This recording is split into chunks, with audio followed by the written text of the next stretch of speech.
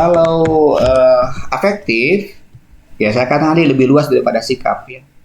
Berkaitan dengan sikap, nilai, emosi, dan minat. Jadi kalau misalnya ada ini afektif, ini sikapnya, hei, afektif atau sikap gitu. Kalau afektif ya lebih luas.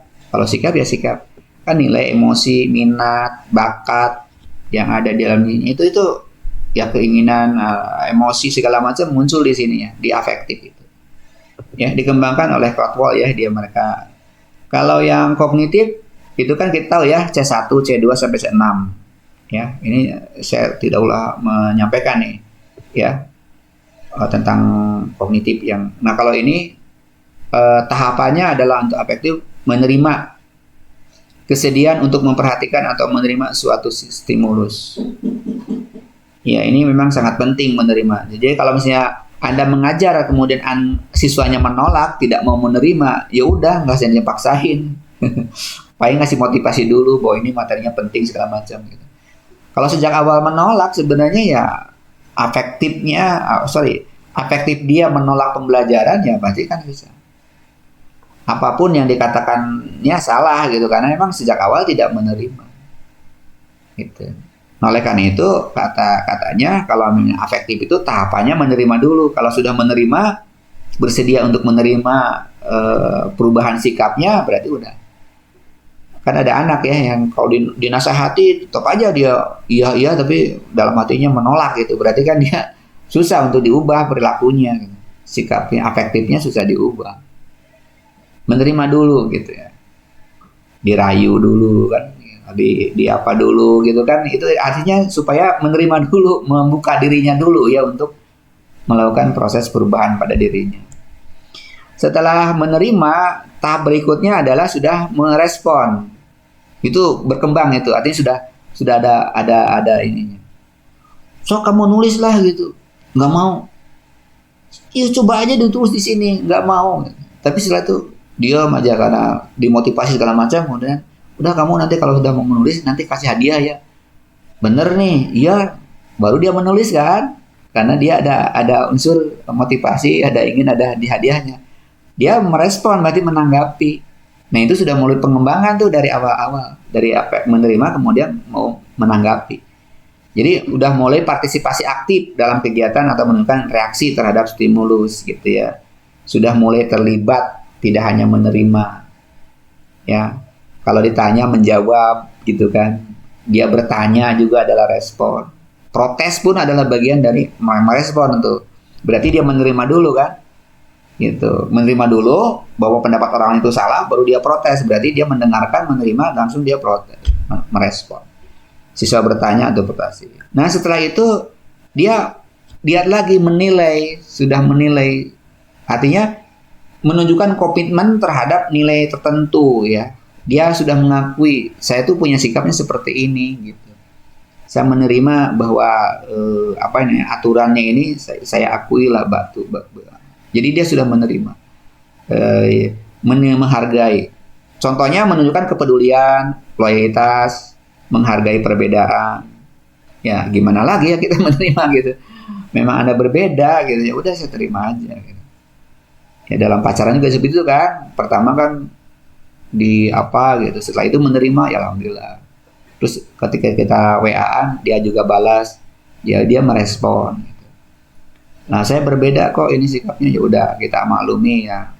Yang namanya cinta itu kan saling memperjuangkan untuk membangun gitu kan. Tidak salah satu pihak aja yang berjuang untuk tetap bersatu, yang lainnya menolak. Ya udah itu tidak lagi menghargai ya udah dari awal harusnya segera diputus gitu.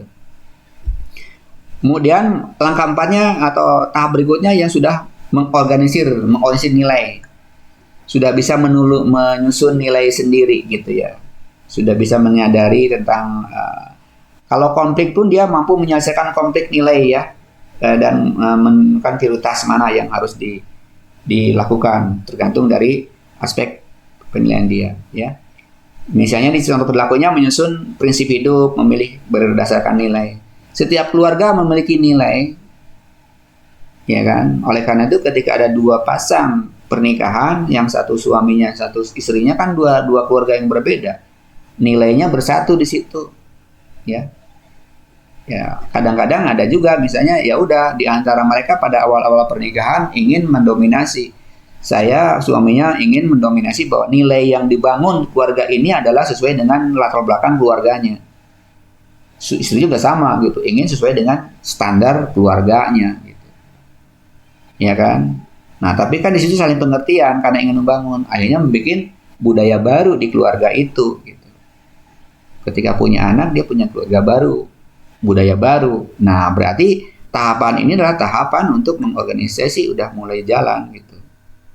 Termasuk juga dalam hal memaklumi ya. Anda dulu di SMA, sekarang di UPI misalnya. Berarti kan ada semacam penerimaannya iya, responnya iya, dan Anda bisa mengatur diri bagaimana cara belajar di UPI, beda dengan di SMA gitu. Dulu masih dilayani, mungkin Anda sepatu pun disediakan sama ibu bapak, sama pembantu. Di sini enggak, Anda kos-kosan, nyuci sendiri gitu. Ya kan, nggak bisa gitu. Nah, itu kan proses yang harus di tahapan untuk bisa mengatur diri ya, dia berarti sudah pada tahapan organisasi. Dan akhirnya muncullah terakhir karakteristik yang dibangun. Karakteristik keberhasilannya itu. Ini proses dari 1 sampai 5 itu diterapkan betul pada pendidikan militer. Sampai akhirnya menunjukkan karakteristik dari orang itu. Dari militer kan begitu ya. Tahu aja yang memang dibentuk gitu. Bentuk dari hasil didikan, dicandra di muka gitu. Akhirnya dia muncul sebagai seorang ksatria gitu. Badannya bagus, sikapnya bagus, ya cara berpikirnya jernih segala macam. Ya memang itu hasil bentukan gitu. Ya, beberapa. Nah, di pesantren juga sama seperti itu kan. Kalau emang dia berhasil pesantrennya ya muncul ya dia sebagai santri. Perilakunya ya dan seterusnya itu karakter gitu. Bahkan perilaku kiainya akan diikuti ya gitu. Ya, pakai itu. Anda sendiri sekarang misalnya Anda sering mengikuti pengajian di AAGIM misalnya. Itu maka gaya bicara AAGIM akan mau tidak mau akan diikuti sama Anda. Karena sudah terinternalisasi menjadi sebuah karakter. Gitu. Pun sama juga saya kalau ikutan tertentu maka akan bahasa-bahasa yang digunakan pada komunitasnya, pada komunitas saya akan juga diikuti gitu. Sehingga nanti bisa mendeteksi ini dari luaran mana gitu kan. Gitu, dari pesantren mana, dari sekolah mana gitu. Misalnya ada antara Muhammadiyah dengan Persis. Beda itu. Ya kan? Kudungnya pun untuk perempuan beda, jilbabnya beda gitu. Cara menyampaikan sesuatu pun berbeda gitu. Karena memang karakter itu terbentuk dengan lingkungannya dan itu proses afektif. Baik. Kita lanjutkan yang terkait dengan psikomotor. Kalau psikomotor itu dikaitkan dengan keterampilan fisik dan motorik ya. Ya, artinya kemampuan untuk melakukan gerak atau tindakan dengan kondisi tubuh gitu ya. Orientasinya memang gerak, tetapi gerak pun dipengaruhi oleh kognitif dan afektif. Ya. Taksonominya ini dari taksonomi Simpson. Pertama meniru. Ya, itu biasanya ini sebenarnya tahapan pendidikan ya. Tahapan yang sifatnya ya seperti kognitif afektif juga sebenarnya. Jadi kalau ini bisa digunakan oleh guru-guru POJOK ya olahraga biasanya. Jadi pertama meniru guru saat melakukan senam pemanasan. Anda dulu di SMA begitu kan, guru olahraga baris. Perhatikan. Ini gerakannya gitu. Rentangan tangan 1 2 3 4, 1 2 3 4, kemudian segala macam. Ikuti sekarang. Setelah diikuti, coba gerak sendiri. Setelah gerak sendiri, latih sendiri. Setelah itu ujian. Apakah gerakannya sesuai dengan yang diperintahkan atau sesuai dengan standar? Kalau enggak berarti nilainya rendah kan gitu. Meniru dulu gitu. Ya, jadi prinsip mengajar di olahraga pasti ke psikomotor ya, meniru dulu. Setelah itu memanipulasi. Teradik dapat melakukan keterampilan setelah memperoleh petunjuk atau latihan. Geraknya belum sepenuhnya otomatis, tapi mulai bisa dikerjakan tanpa langsung meniru gitu. Ini perlu latihan, memanipulasi. Mengoperasikan mesin potong kertas berdasarkan instruksi misalnya itu juga bagian contoh. Peta itu misalnya silakan Anda kerjakan ini misalnya untuk bikin menggunakan kompas misalnya atau GPS misalnya. Kemudian Anda kan memanipulasi itu pengetahuan yang dilihatnya itu kan lihat gimana sih dosen memanfaatkan, kan ditunjukin ini untuk apa kan gitu GPS itu. Kemudian coba kamu bawa ini silakan. Nah itu kan sudah mulai gitu memanipulasi. Nah anak-anak sekarang kan untuk memegang HP baru kan memanipulasinya itu cepat gitu. Beda dengan saya gitu. Kadang-kadang harus belajar dulu. Nah, perubahan ada fitur-fitur baru juga jadi ngatok ini gimana gitu. Gitu kan. Gimana cara nge-save-nya, cara menaikkan volumenya seperti apa kok beda gitu. Antara Apple dengan Android kok beda gitu. Nah, kadang-kadang saya kebiasaan Android. Ini Pak dikasih Apple. Ya saya terima Apple-nya tapi itu bisa gitu, nggak bisa ngatok, jadi pekerjaan semakin lambat gitu. Yang pentingnya produknya aja ya. Akhirnya kembali lagi pada Microsoft gitu. Ya. Setelah memanipulasi kemampuan itu, ketepatan presesinya tepat. Nah, sudah mulai itu gitu ya. Sudah mulai ada peningkatan, bukan hanya manipulasi tapi sudah mulai gerak cepatnya itu ya tepat gitu. Tidak ada yang salah gitu. Kan biasanya kita salah ya, misalnya ini gimana. Makanya kalau saya lihat Anda ngetik gitu kadang-kadang ukurannya kadang salah saya gitu. Ngetik Windows misalnya atau Microsoft Windows gitu.